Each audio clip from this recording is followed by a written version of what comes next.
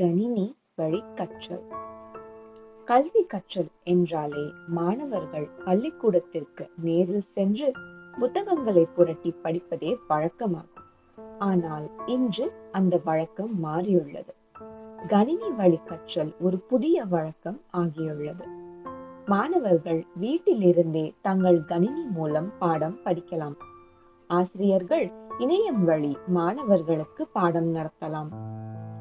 இதில் பல நன்மைகள் இருந்தாலும் மாணவர்களின் கவனம் எளிதில் சிதற, அவர்கள் பாடத்தை கவனிக்க தவற பல வாய்ப்புகள் இருக்கின்றது. இதை தவிர்க்க கணினி வழி படிக்கும் பொழுது ஒழுக்கத்துடன் இருக்க வேண்டும். மெத்தையில் படுத்துக் கொண்டோ அல்லது கைத்தொலைபேசியை பயன்படுத்திக் கொண்டோ பாடங்களை படிக்க கூடாது.